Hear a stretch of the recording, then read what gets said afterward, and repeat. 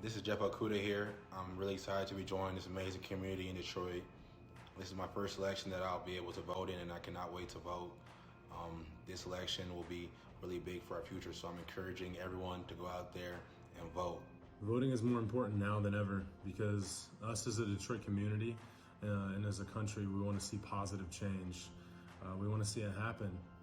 And the way for us to do that is to get out and vote and be a part of the election processes in order to make that positive change that we all want to see, to be a better, stronger community, to be able to bring everybody together. I know there's a lot of stigma out there that people feel that their vote doesn't matter, or they feel that that doing this is a waste of time. But let's change the narrative of that, and let's go out there and do the right thing. Use the rights that we have to bring about change in this country. Having our voting rights in this country is one of the greatest things America provides for us, and one of the greatest things that we should take advantage of. And what I mean by that, I mean it starts by voting for your local officials. Go out there, learn, read up on information, and make the best decision you can make. Just make sure you understand the candidates' policies, and regardless of who you vote for, just get out and vote. Great thing about this country is that we have the opportunity to vote for whoever we want. And though you don't think your vote matters, it does. Make sure you guys go educate yourselves on what's best for you and your family, and go out there and vote because your vote counts. Everyone has a voice. It is important to your city and your state. So I encourage you guys to vote. If you're not registered, please go out there and register so we can do anything we can to bring about change, not only in our state and local level, but throughout our country. We want to overcome all the obstacles that we are facing today, and without that, we can't get it, and we don't have your vote. So go out to the nearest polls by you and cast your vote. Your vote is so important. Everyone counts. Do whatever you got to do to support, help, educate, whatever it takes. It starts in the voting booth. Use your voice to be a part of the community, and let's all help make a positive change together. I think now more than ever, it is critical that we all go out and vote, not only on the national level, but also on the state and local level too. It is important for us, in order to make sure our voices are heard, that we go out and vote. Thank you for your time, and I appreciate everyone's efforts tonight.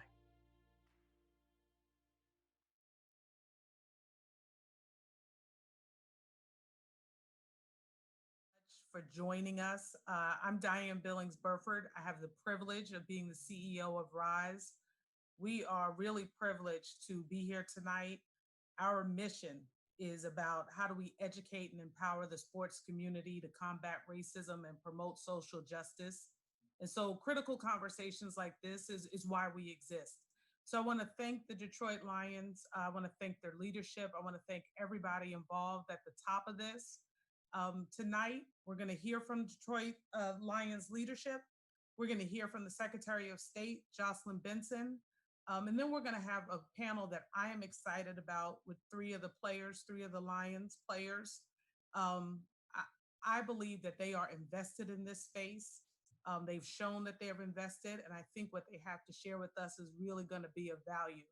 We're at a time in our nation where we're facing challenges, and the only question is, will we come out victorious? And I think we will, as a country and as a nation.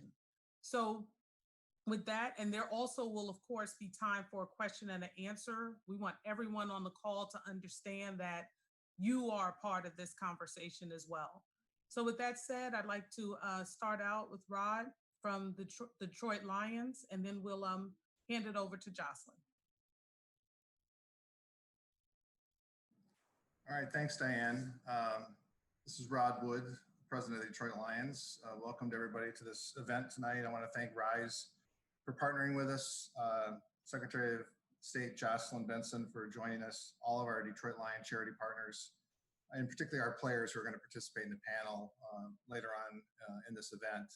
On behalf of our ownership, I'd like to read a brief statement from Sheila Hamp, who is our principal owner, and her husband, Steve Hamp.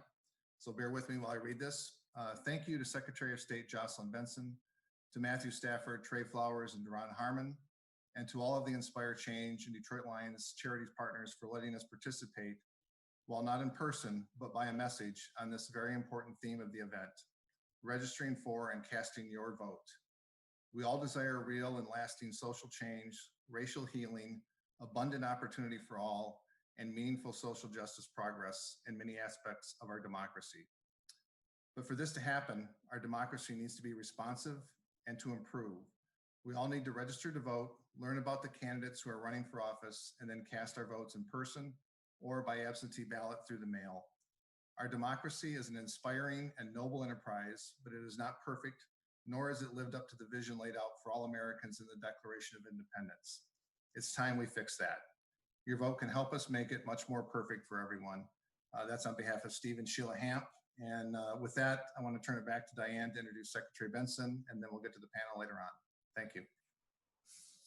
Thank you so much, Rod. The truth is leadership matters. And so kicking this off, you being here and the Hams taking the time, it matters. So thank you so much. Jocelyn, Secretary Benson, I turn it over to you. I'm going to unmute. Thank you for hosting this great event today. Can everyone hear me okay? Okay. Hi, everyone. I'm the Secretary of State of Michigan, Jocelyn Benson. Thank you, Diane. Thank you, Detroit Lions. Thank you, President Wood, for welcoming us here today and all of the work that you all do every day to be a part of our community here in Michigan and really amplify people's voices. I'm going to speak briefly and then turn it over to the players to offer their remarks and insights as to why voting this year is so important. And then we'll wrap it up with a bit of a how-to tutorial on how to make sure your voice is heard and your votes are counted this year.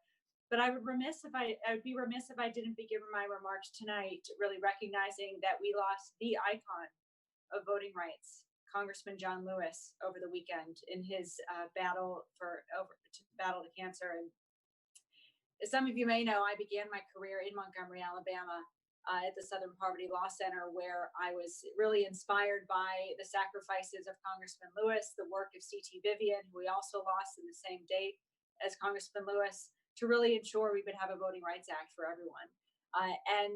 Recognizing the work that they did for their entire lives so that every voice could be heard, that every vote would be counted. We have a unique opportunity this year, this moment, here in Michigan and throughout the country to double down on their efforts and ensure that the work that they devoted their lives to continues on.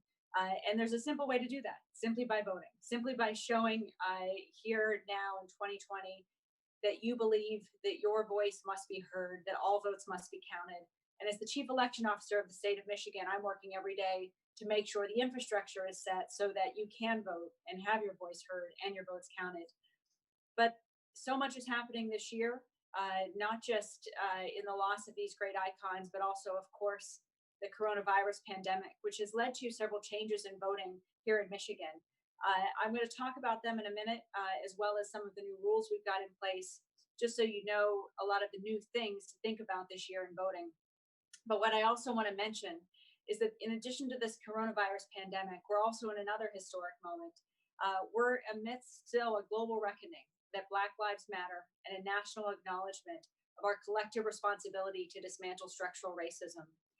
And in working to ensure that the voices that are raising awareness about these inequities are not forgotten or silenced, in working to make sure that this historic reckoning is more than just a moment, but more of a turning point in the long arc of our nation's history, bending in the words of Martin Luther King, a little bit more towards justice. We have to think about our part in all of that, our part collectively as a community, our part as individuals, and ensuring that we're seeking to move the ball further down the field to seek justice and equality for all. And when we look at the historical milestones throughout our country of the expansion of the right to vote, of true justice being served, of equality being furthered, in that march towards justice and equality, at every single moment where our country has bent a little bit more towards justice, every single moment has involved the expansion and the protection of the right to vote. And that, of course, was the cornerstone of Congressman Lewis's work, but also the cornerstone of why we're here tonight. And they've also been happening amongst historic efforts that often stop people from voting. Sometimes it's based on lack of resources. Sometimes it's tensional. Sometimes it's rooted in fears about what will happen if a lot of people vote and how that will upend the power dynamic in our society. But facing towards all of that right now at this moment is all of us and all of you. Because while there's no doubt that great progress has been made in our country and our march towards justice, our work is far from over. And I think the events over the past several months illustrate that, particularly as we look at those who have been speaking out on behalf of those who don't have a voice or who are unable to be heard. So what I want to really emphasize tonight is that this is about making sure you can vote this year and talking about how to do that and why that matters. But it's also about how much of an impact you have when you do vote. And that when you look again throughout the history of our country, at every single moment in which things have gotten better, in which problems have been solved, in which solutions have been implemented, it's been because citizens demanded change. It's because citizens demanded their voices be heard, that their truths, their perspectives be realized, and that they too have a seat in making decisions that affect all of us in our country. So know that you have an impact, your vote has an impact, your voice matters, and your vote counts. Now here in Michigan, another great example of how citizens coming together to change things and having an impact happened just a few years ago in 2018, when citizens all around the state voted overwhelmingly to change our state constitution and create new paths towards voting in our state. That path includes a right to vote by mail, which every single citizen has in our state today. You have a right to vote from home. You have a right to have your ballot mailed to you, and then you can return it. And what we're going to talk about tonight is, in this, again, age of the coronavirus pandemic, how you can ensure that if you want to vote by mail, you can do so. Other changes that citizens implemented in our Constitution in 2018 were changes enabling you to register to vote up to and on election day, or be automatically registered when you get your driver's license through my office, which, by the way, as you all know, I also administer driver's licenses in motor vehicles, which makes me very popular in the state. Just kidding, doesn't at all.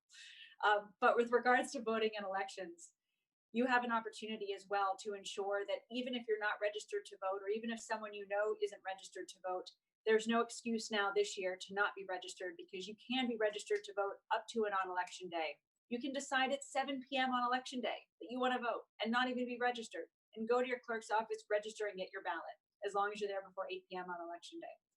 So there's a tremendous opportunity to ensure Michigan citizens' voices are heard this year with these new rights that citizens themselves demanded and voted into our state constitution.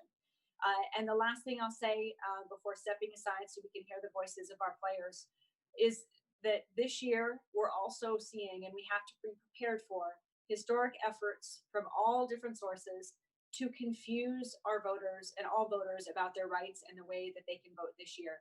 And what I mean by that is that we're in a moment of great uncertainty and high anxiety. We all know that every day in our various industries. And there are efforts, both foreign and domestic, that have begun and been planted long before we even began this work and the pandemic took hold, to confuse voters about how to ensure their voices are heard, or to cause them to doubt the sanctity of the process. We have a responsibility to push back with facts and data against that and make sure everyone knows that their voices will be heard this year, and that the right to vote, whether you exercise it through the mail or safely in person on election day, will be protected, and that every vote in the state of Michigan will be counted, and that the results of our elections will be an accurate reflection of the will of the people. I'm saying all that to say that in addition, this year, we need you not just to commit to registering and voting.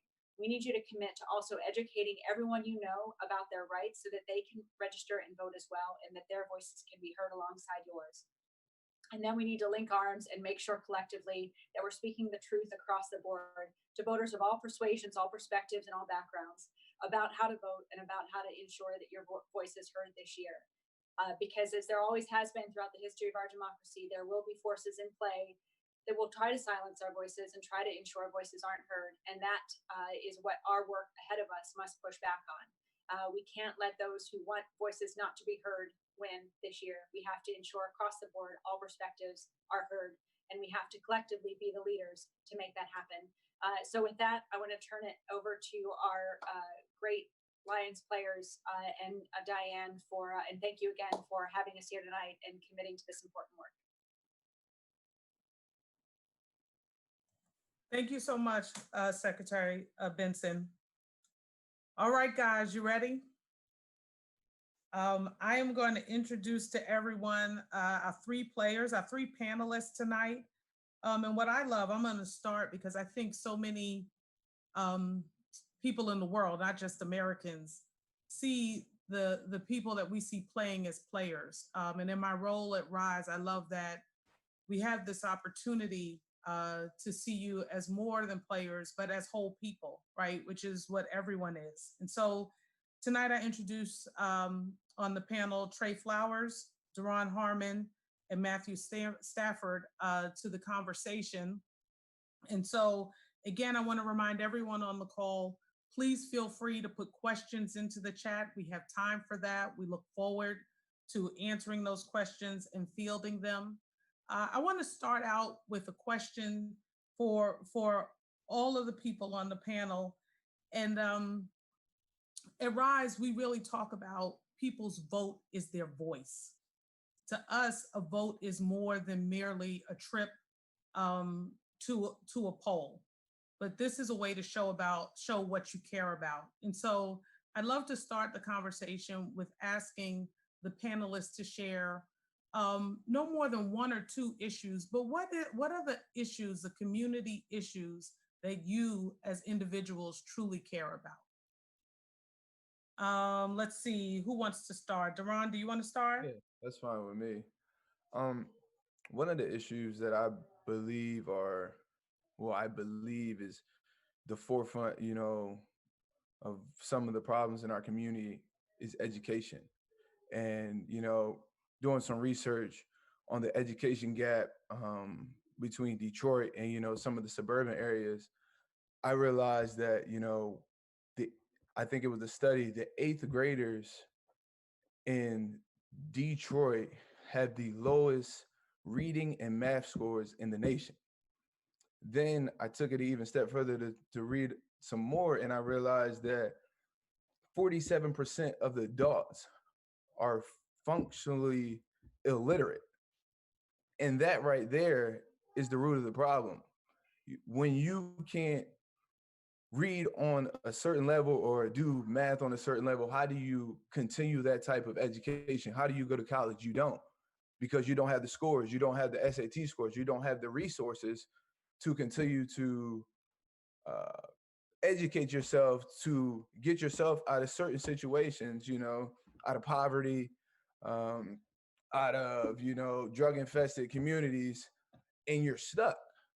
So I think for me personally, I think, when we're looking at who we're voting for, we have to look at who is prioritizing education, who is trying to close that gap so that the brown and black kids and the kids in the inner city of Detroit are having that opportunity to go to college, to educate themselves, to give themselves more opportunities so that they can, change the world and create less poverty and create less drug-infested communities so that we can create change. Because that's where the change starts. It starts with the kids, the children.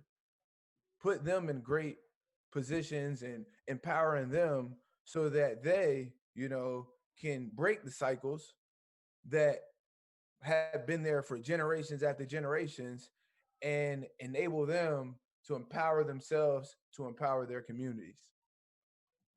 I love that you said that. I just want everyone to know I didn't set him up for that. So I was one of those kids. I'm way past being a kid now, but born and bred in Brooklyn.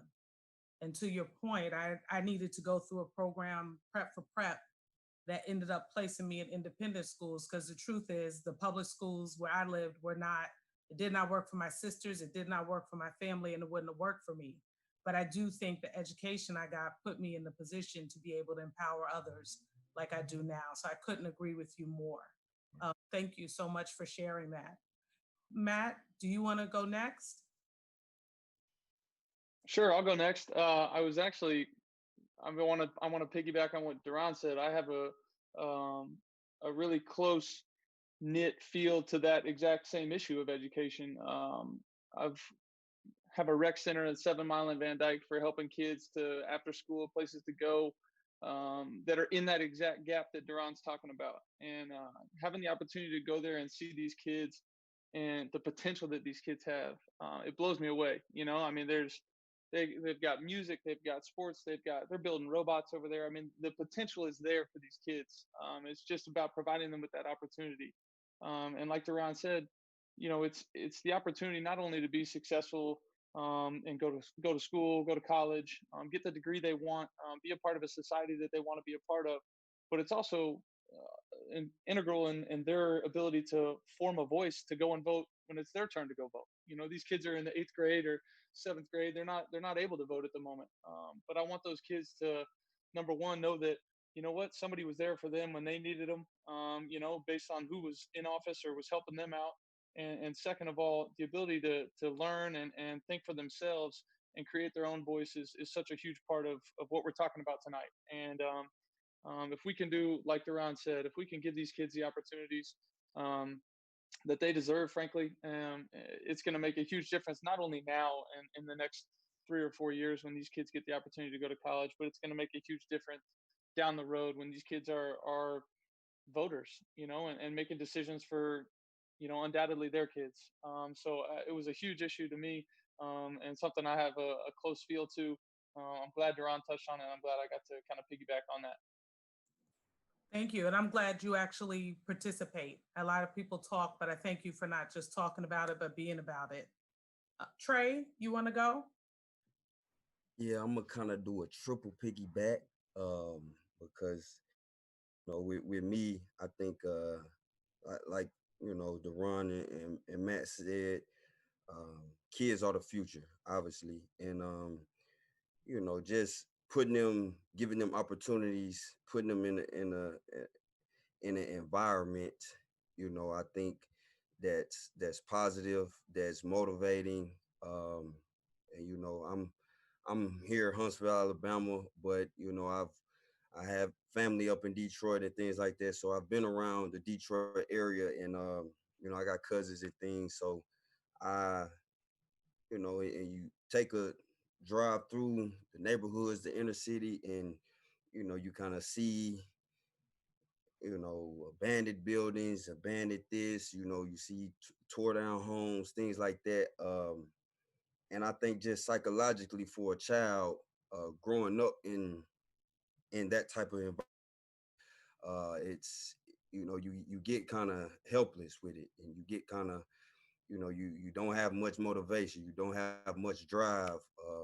But I think we can invest into the communities around, or like Matt have a center and things like that, just for those invest into the youth with type of trades, with jobs, with like you said, building robots, playing music, doing art. Like, kids are the future. They have an unlimited talents, and I think just investing in them, giving them hope, giving them an environment where they can be motivated, where they can be inspired. They don't have to walk out of their house and they see this building tore down, this building half tore down, burnt down, things like that. Just kind of give them a environment where they can think clearly, and they can use that imagination and use their mind to create change, create generational change. And I think that just investing in the youth is definitely something big for me. So Thank you. I love, and Trey, I'm gonna come back to you because I know you're down in Alabama now. My husband's family is in Nashville, and I want to talk to you in particular. I feel like for many, and it doesn't necessarily mean for you, but many who are in the Deep South, losing congressmen, the congressman this week really has brought home to us, right? Like, this need for us to refocus on voting and pick up where he has left off. We don't have Congressman Lewis in person anymore, but I feel like he's handed us the baton. And the question is, what are we going to do with it? But I'm going to come back to that voting piece. I want to just follow on this education piece and this youth piece because all three of you mentioned it. A lot of what RISE does, we do quite a bit of work with adults, but we do a lot with students, with young people, because we believe that if we're going to combat racism, it's about creating this different future than what we have right now. And we do that through sport. And so I would love to get you all's ideas, or do you have any ideas?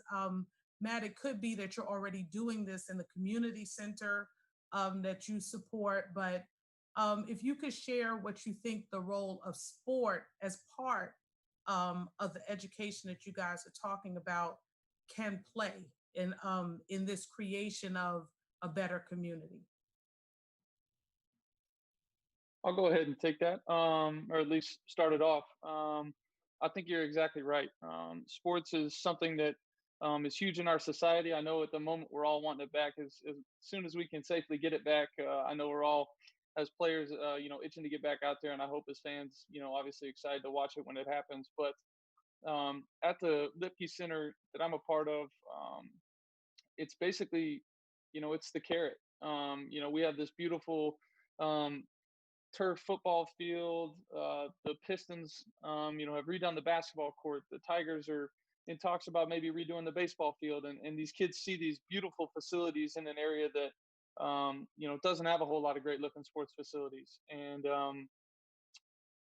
they see this opportunity to go out there and play. The PAL leagues are playing football games there. I know the basketball court's used all the time. The girls are in dance classes. They're playing basketball, volleyball. It's crazy, but they can't do any of that until their homework is done and they've done 30 minutes of reading. There's so many building blocks for these kids in this center, and I know I don't want to talk like the thing that I'm doing is the only thing that's going on. I know what's going on across the city. I just have firsthand experience with it, and I know what a difference it can make. So I think it is such a huge opportunity, not only for these kids that are young and starting in sixth, seventh, and eighth grade, but even kids in high school. Just the ability to see that future and hopefully, maybe play sports in college and get an education out of that is an amazing thing too. I was lucky enough to play on a scholarship and get education that way as well, and it's a blessing to not only me as the player and the kid getting to do it, but to my family as well. And so it was a huge part in my life, and I know these guys too. So I'll let them go on a little bit. I would say I would add to that, Matt. You're absolutely right. Rise has run a program for the past few years. We didn't do it last year with the Pistons and the Detroit police, building bridges through basketball. And you're exactly right. Like, the sports are an incentive. So we would go through the Rise curriculum with them, seek to make the changes we wanted to make. But the truth is, we got a lot of people out, a lot of the young people, boys and girls, out because they be playing basketball for an hour. And most often, members of the Pistons team came and joined. So it was a great program that we're seeking to start again. Before I hop to Duron or Trey, I know there is a couple of questions in the chat about supporting DPS. And the Lions actually support City Year, which is a not-for-profit I worked at before I worked at Rise, a couple of jobs before. And City Year provides services to Detroit public schools. And so the Lions are very supportive of City Year and supportive of the public schools through that relationship. But before I go to another question, I just wanted to make sure, Trey or Duron, if you wanted to answer that question about sports and young people and making change. Well, to kind of piggyback off of, what Matt said, if you think about sports bring people together, everybody together, it's something that everybody, for the most part, can agree on. It's healthy for our young kids. It gives them something to look forward to. And, me personally growing up, when I went and played any type of sport that I played, it was my place of peace. No matter what was going on during that day or, that month, when I went and played sports, I was free. And I think that's what sports provides for, a lot of kids in these, these areas of poverty, when, the school is not doing it right for them, or, the community is not, doing it right for them, they go and they get to play sports. And, it's their place of peace. It's where they feel most comfortable. It's where they can be themselves. It's where they can show people who they really are. And that's what sports does for everybody. And, like what Matt said, when you have great programs like that, where you, in some essence, you're forcing kids, to look, you got to do your schoolwork. You have to, get this GPA to go play sports. It incentivizes, the importance of sports because they realize, all right, well, if I can't do my schoolwork and if I don't do this, well, I'm not going to be able to do or play the sport that I really love, and I won't be able to get that peace of mind because it won't be there for me because I didn't do my schoolwork. So, like I said, to piggyback off of Matt, I mean, it brings everybody together. It makes kids do the necessary in school, the necessary work in school to get to where, they feel comfortable at and where they feel the best at and where they feel that peace of mind. Thank you. I'm going to shift you guys from talking about kids to let's talk about adults for a little bit, right? We're here tonight, and one of the things we want to focus on is civic engagement overall, which all three of you are already civically engaged, but voting in particular. And I love that we were having this conversation about sport being a way to inspire young people to achieve and to accomplish certain things. And so I'd love to ask you guys, what do you think will inspire people to get out and take part in in voting? And I don't just mean national voting, local voting, and the issues in their communities. Any thoughts? Yeah, I feel as though, me personally, I go back to the time where, I was old and I became old enough to vote. And with me in my household, like I said, me being from Alabama, just having that personal experience with my whole family from Alabama, my mom, my dad. And so that march from Selma to Montgomery was definitely taught to all my brothers and sisters in that household. And my granddad on my dad's side, actually, granddad and my uncle actually marched in that march. And just the stories coming from my dad telling us and how much the family, as far as personally, sacrificed to go out there and march. And then my mother on my mom's side, my grandmother on my mom's side, she was pregnant at the time, but she was kind of going out there giving the water. She was helping in that way. And just a shaky, scary moment, I guess. She kind of passed through and got the water. It was delivering the water, and then it was a white lady behind her that they actually killed. They was going out there trying to stop the protests and stop it, and they actually killed that lady. And it was just, it kind of hit kind of close to home, knowing that, my grandmama, my grandfather, uncles, they were that close to being sacrificed and that just putting their life on the line for voting. And so I think just grown-ups or adults knowing, the sacrifice that, people here in the deep South and all over the world has put towards the right to vote. And just that experience right there just kind of, encouraged me to, make sure I register to vote. And I'm putting in, I was hardly home during the voting time, so I'm putting in absentee ballots and things like that. But that's why it was so important to me. I was taught on it growing up, and just taught the importance of it. And I think just them knowing how much, how far we came as a country, as a whole, to get rights to votes, get people rights to votes, and just how important it is to let your voice be heard. I love that you shared that, Trey. I was just, I've been saying to people, I think one of the things that inspires me right now is speaking of just the way you spoke about your ancestors. I want people to be speaking about me. I want people to be thinking, they need to be able to say what I did in this moment, the way you're able to say with your mother, your father, your uncle, did in those moments. And so I hope that inspires some choices. For everybody on the panel, a question is, can you tell that we had a great question from the panel, which is, when did you register to vote? And Trey, I believe you shared this already, but you didn't tell us the when, but what motivated you to vote?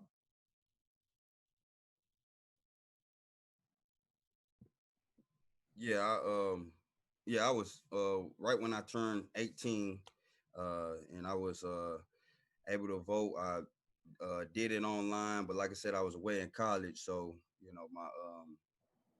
the first time I voted was during the absentee ballot, and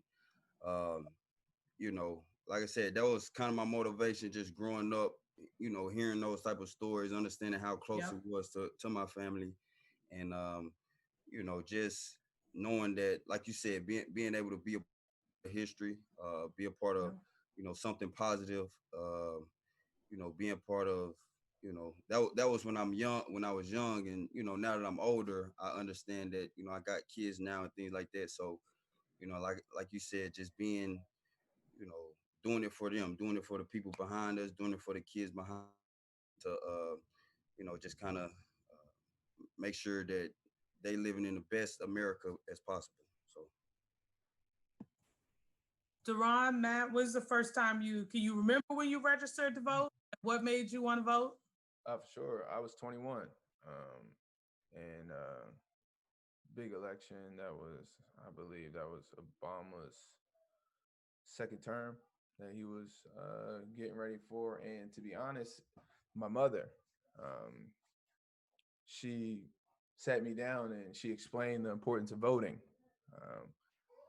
The ancestors that, died, we talking about really died, like who died on the streets for us to, to have this opportunity. Like, you got to think about it, 60, 70 years ago, like my grandmother couldn't vote. My great grandmother who just passed, she couldn't vote. Like, that's just what it was.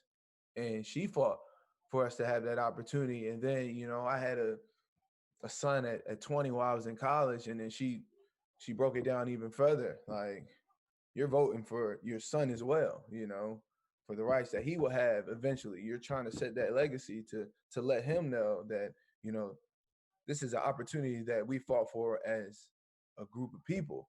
Like, let's not take it for granted, because, 50, 60, 100, 200 years ago, they had no shot. So it's my duty to vote for the ancestors who laid down their life for us to have this opportunity. Thank you. Yeah, that was awesome. For me, 18, when I was in Texas. But I want to circle back on something you were talking about just a hair earlier, and you were asking Trey about what's going to inspire adults to get out and vote. And from what I hear from Trey and from what I hear from Duron in those last two stories too, to me is so much is leadership. Trey's family, Duron's family, the people they know, just leading our country into the place that we are today, right? And leaders comes in all shapes and sizes. We know it on a football team, right? Everybody looks at the quarterback, goes, "Oh, that guy's a leader." But in reality, there's tons of us on this team, and everybody on this call can be a leader in their own community, just by sharing the story that Trey just told. That's going to inspire people. That's going to get people out there and get them up off their butt to go out there and do what's right, and that's using their voice for change. And just because you are in a certain place in your life doesn't mean you can't lead people. You can lead your family, your friends, coworkers, whoever it is. And you think about 2018 when Secretary of State was talking about how Michigan came together and voted just to do what was right, and that was to be give the ability to people to mail in their votes, right? And you look 2 years later how huge of a thing that is now, right? All they were doing was trying to make the right decision, and that right decision turned into 2020 needing, man, a lot of people need to stay safe, need to stay home, but they need to get their voice heard too. That was a leadership without seeing the end. That was just doing what was right at the time, and look at what an opportunity it gives all of us, all the people of Detroit, the state of Michigan, the ability to make change, from their couch, and that's an empowering thing, and those people were leading us without even knowing it. So don't ever think that your voice doesn't count or what you say to somebody doesn't matter, because it can make a difference in the long run. Thank you all so much. And Matt, I gotta say, like, I'm not even sure we could wrap this part on a more poignant point, right? It comes down to leadership. It comes down to being engaged. It comes down to, like, what are we gonna do? I personally think protest, as Martin Luther King Jr. said, is the voice of the unheard. And I think we gotta have that. And then we got to have programs and we got to have interventions so that people can actually be heard and we can make change. And so I just want to thank all of the three of you for leading tonight, for being part of the program and taking actual steps and moving things forward. The truth is, I have so many more questions, but we don't have, and from the audience even, not only from me, but we are at time. I hope that this will be, again, I want to, back to this point of leadership, I want to thank Rod Wood. I want to thank the Lions, because it takes leadership. It takes decisions on the part of leadership to just decide that things are a priority and make them happen. So I thank you guys for joining. I thank the organization for making that choice. I hope there are other things in the future. The truth is, we have so many questions about civil unrest and racism, and people would love to know your thoughts. And I bet you all have wonderful thoughts. I'd love to hear what you think of it, but we're at time. Thank you all. We have another nitty gritty, let's get down to some logistics. How do you vote? Comments from Secretary of State Jocelyn Benson. And then I will come back and wrap up, but I am truly, truly grateful. Thank you all for joining. And Jocelyn, I'll turn it over to you.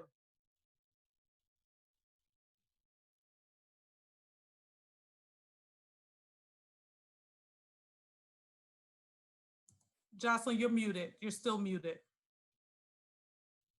Thank you, Diane. Thank you all, and thank you for that really incredible conversation. And Trey, I want to specifically say thank you for sharing the story about your family in Selma, Alabama, taking care of marchers during this Selma to Montgomery Voting Rights March in 1965. The white woman that you mentioned, them taking care of, who later was killed a few days later, was Viola Liuzzo. She's a Detroiter. Her family still lives in Michigan, and we'll make a connection so that you and your family can connect to her family, who are still here and fans of the Lions. So it was a really poignant moment, and I hope this great conversation can continue. My office is excited to build a strong partnership with the Lions and make sure that we continue to amplify your voices, because the people that you've inspired tonight, I think, are all better for it, myself included. So thank you all for sharing those stories and your brilliance with us all tonight. I just want to speak very briefly now that we've been inspired to recognize how many sacrifices have been made so that we could vote, how much is at stake this year when we do vote, and emphasize exactly how easy it is to vote this year in Michigan and how you can get more information. Next slide. So across the country, every state has different rules for registering to vote and casting your ballot. And to the Lions, we're happy to give you a copy of this slideshow for you to post on the Detroit Lions website if you'd like, moving forward. Next slide, please. I want to talk just briefly about three things when it comes to the mechanics of voting. One, making sure you're registered. Two, making sure you vote. And three, getting information about who's on the ballot, including those local races. I saw that question. Thank you. The first, registering to vote, you can do that online at michigan.gov/vote. Go to our website, michigan.gov/vote. If you have a Michigan driver's license or a state ID, you can register to vote right online, or you can download a form, especially if you've just moved to Michigan and don't yet have your state ID, and fill that out and send it in. All the information that you need to get registered to vote is on our website. And again, you can register right through that portal. You can also check, next slide, please. You can also check to confirm that you are registered. And if you're not registered, again, register right there. Because we have an election 2 weeks from today in Michigan, if you do want to vote in that election, you do now, and you're not already registered, you do need to register in person at your clerk's office and provide proof of residency because we're within that 2-week window. But if you're focused, and it is important to vote in that August 4th primary. For the November election, however, registering to vote for that is simple. You can do that online now and at any point up to October 20th. And then after that, you have to register in person at your clerk's office. Next slide, please. This is just, again, a visual snapshot of what you'll find at our website when you go to register to vote online. Next, please.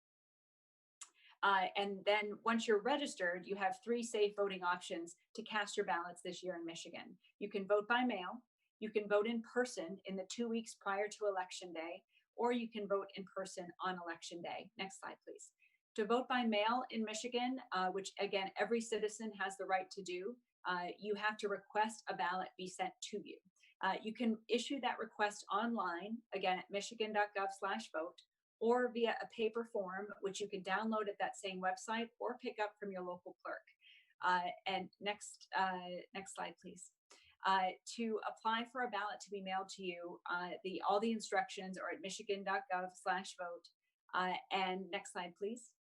We're going quickly because I know our time is limited. You also, in that application, can easily complete all the questions. And if you have, again, a state ID or driver's license, submit the application to get your ballot sent to you online. Importantly, when you go to michigan.gov/vote, you'll see that yellow highlighted area that you just saw.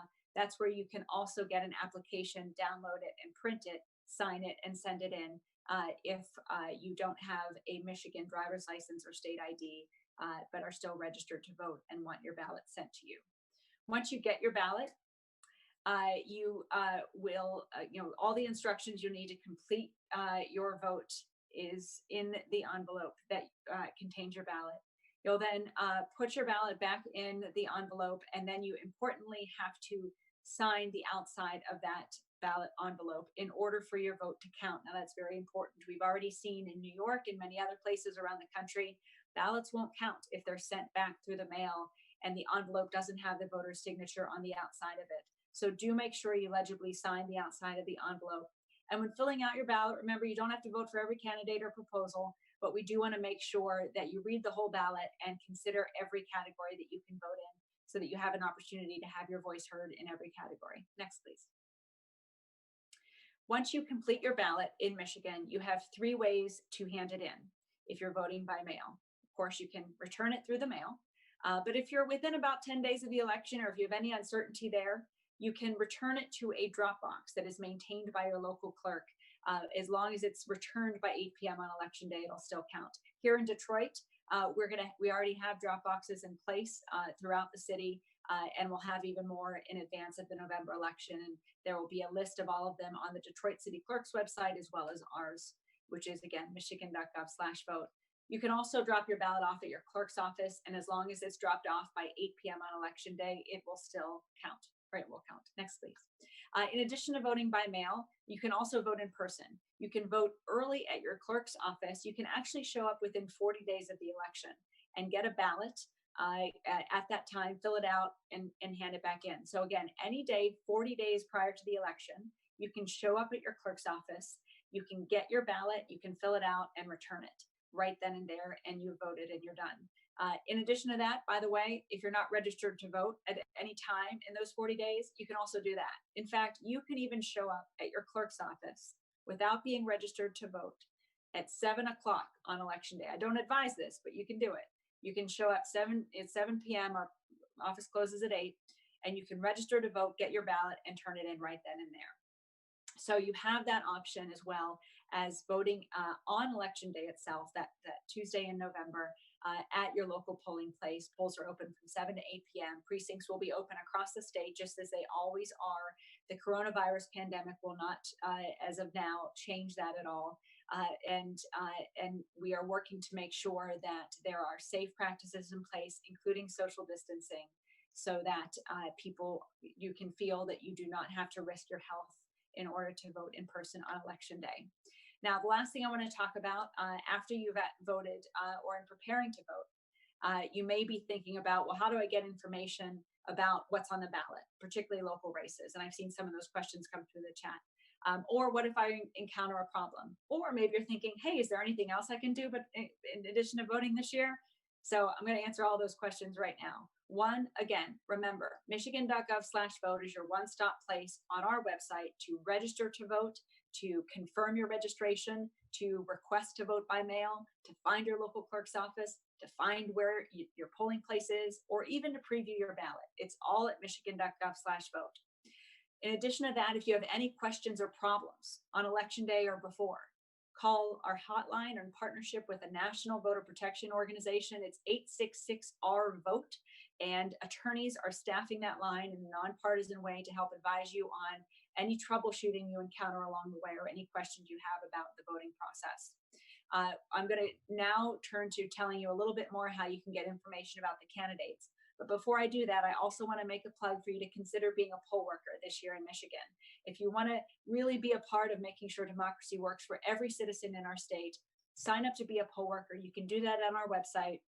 And by doing so, you'll make sure that we can fully staff every precinct throughout our state on election day so that we don't have to unduly close precincts, causing potential long lines on election day because people, aren't available to staff our polling locations. We are facing shortages for poll workers this year. We'll be talking about that with many of you all in the weeks ahead. But do consider becoming a poll worker in addition to voting this year. And again, you can sign up at michigan.gov/vote or specifically michigan.gov/democracymvp to be a poll worker this year. Finally, a lot of you I know are saying, okay, this is how I vote, but how do I get information about what's on the ballot? Well, vote411.org is a nonpartisan candidate guide from the League of Women Voters, which is a trusted source of information, very comprehensive for everything on the ballot this year. MichiganVoting.org also is a locally run website, which also provides information about what's on the ballot. Next slide, please. Vote411.org. This is what it looks like if you go there. You can essentially enter your address. Next slide. Enter your address in the pop-up box, and then next slide. What will emerge is your ballot, and you can click on each category: U.S. Senate, U.S. House, Michigan State House District, prosecuting attorney, and all the rest, and see all the candidates that are vying for those positions, and click on various information, see how they've answered questions by the League of Women Voters, and get a significant amount of information about each candidate on your ballot. So that's a brief tutorial. We'll make this available to Rise as well as the Detroit Lions. If you have any, if you, I know we moved quickly through it, but if you want to get access to this information. Now I'll turn it back to Diane. I know we have a short Q&A period, and thank you all again for the opportunity to share all of this knowledge with you here tonight. That was great. Way to go, Jocelyn. She plowed through that. As she said, we're going to have that whole presentation up. We'll have it up on Rise to Vote. The Lions will also have it up on their website. So don't worry if you didn't capture everything. Only question, Jocelyn, that came in that wasn't covered in your presentation was whether you think voting rallies in the city of Detroit would help or encourage people to get involved. Do you have any thoughts on that? What I think is the most important thing to happen this year in the city of Detroit and in other places where people have questions about voting or need to be energized to vote are not necessarily voting rallies, but educational forums like this, where people are sharing personal stories, meaningful stories, particularly leaders like the players here tonight, Trey and Matthew. Your voices are very influential in our community here in the city, and knowing that you're willing to share your stories and encourage people to vote, that's going to be as impactful as a big rally that we may have or may have in other settings. I think the real question is sort of twofold. One, how do we reach people who aren't voting? And a lot of that is through the sports industry, frankly, and local heroes like folks here tonight. And community organizations as well, like the charity foundations who are part of this conversation, who are trusted voices in communities and can inspire and communicate how important voting is. But secondly, in addition to that, know that there's going to be, potentially a lot of efforts, as I mentioned before, to confuse voters about their rights this year in Detroit and elsewhere, or intimidate people out of voting, or get them scared about voting or scared about the process. And that's also where you all can come in sharing trusted information about the rights this year. That to me is much more needed, much more important, much more valuable than rallies, because of these very unique needs of our elections process in the midst of this moment that we're in. Thank you all so much. Trey, Duron, Matt, thank you for coming. Thank you for sharing. Thank you for being on the panel. But as I said earlier, thank you more for really getting at it and doing the work that needs to be done. Jocelyn, thank you for doing your thing. Keep doing it. We're gonna keep democracy real in this country. So I thank you for leading on those fronts. I encourage everybody. I've been saying this and I'm going to keep saying this. We are at a significant time in our nation's history. And so I just say to everyone, whatever you're doing, do more. Of course, I want people to do more with Rise. Y'all, if I come knocking, don't act like you don't know me. We done had a conversation now in front of people. Don't play. But I encourage you, whether it's with Rise or with another organization, it's time for us all to do more. Our society is not where we need it to be. And the way it's going to get there is if we get it there. So I thank everyone. I thank the Detroit Lions leadership again. I thank everyone who joined in. We started out with 70 plus callers and we still have almost 70 callers an hour later. So I thank you guys and hopefully we'll do more of this in the future. Take care. Good night.